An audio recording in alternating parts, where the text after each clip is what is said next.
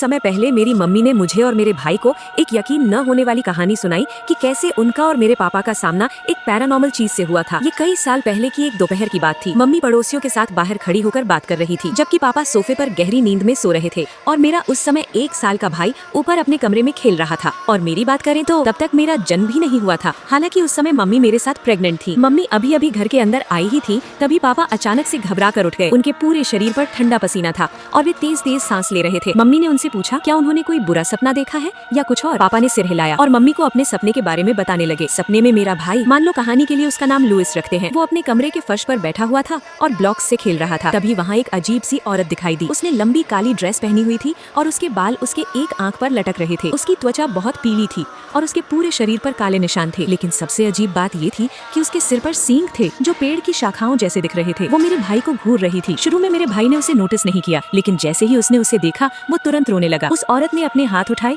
और मेरे भाई की तरफ बढ़ाए जैसे वो उसे उठाने वाली हो। तभी मेरे पापा अचानक से जाग गए और जैसे ही पापा ने अपना सपना मम्मी को बताकर खत्म किया, तभी उन्हें मेरे भाई के रोने की आवाज सुनाई दी। मेरे मम्मी पापा तुरंत सीढ़ियाँ चढ़कर ऊपर गए और सीधे मेरे भाई के कमरे में पहुंचे। पापा ये देखकर हैरान रह गए कि उनके सपने वाली वही औरत मेरे भाई के ऊपर खड़ी थी और ठीक उसी तरह हाथ बढ़ा रही थी जैसे उनके सपने में। पापा जोर से चिल्लाए, मेरे भाई को मत छूना, और पलक झपकते ही वो औरत गायब हो गई। अगले कुछ महीनों तक मेरे पापा को वो काली औरत हर जगह दिखाई देती रही, कभी घर में, कभी पड़ोसी के दरवाजे पर, कभी हमारे आंगन में। एक बार तो पापा ने उसे हमारे घर के पास एक पेड़ पर बैठे भी देखा, लेकिन हर बार जैसे ही उनकी नजर उससे मिलती वो गायब हो जाती। फिर एक दिन ऐसा आया जब हमारी एक पड़ोसन डायन ने भी उस औरत को देखा। उस समय मेरे अंकल हमारे घर के पास ही रहते थे, लेकिन दुर्भाग्य से हाल ही में उनकी मोटरसाइकिल एक्सीडेंट में मौत हो गई थी और ये घटना उन्हीं दिनों के थोड़े समय बाद शुरू हुई थी। डायन उनके मरने के बाद उनके पक्षियों का ख्याल रख रही थी। वो अभी अभी घर पहुंची थी और खिड़कियां खोल रही थी ताकि ताजी हवा अंदर आ सके। तभी उसने उसे देखा। वो फर्श के ऊपर झुकी हुई थी जैसे वो कुछ ढूंढ रही हो। बेचारी डायन इतनी डर गई